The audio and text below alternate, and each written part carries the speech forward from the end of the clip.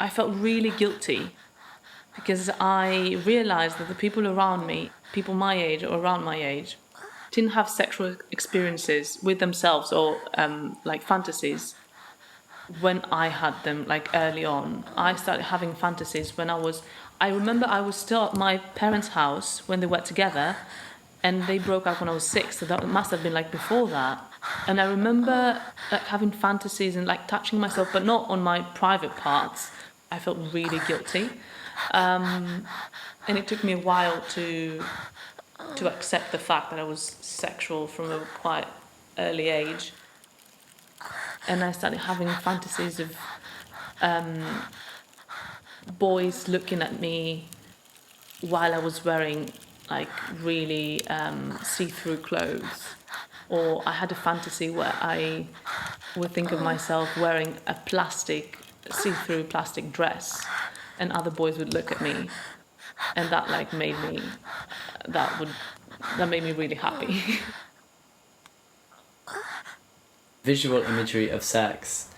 I was wondering, should I masturbate to how it feels? Like the culture that I was within as a teenage boy, I was like, okay, I'll just watch this porn and wank.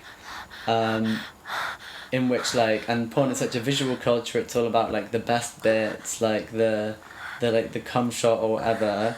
So your routine becomes the same as that, and where coming is like the goal of sex.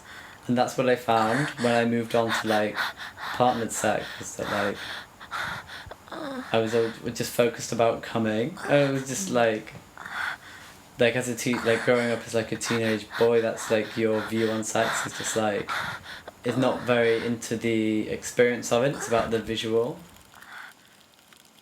There is this restriction for men and women to talk about abuses. Firstly, whoever has been abused needs to understand that it does affect your life. It takes away the love from the sexuality. No, it divides love from sexuality. And the moment when this happens is almost a shame for everything.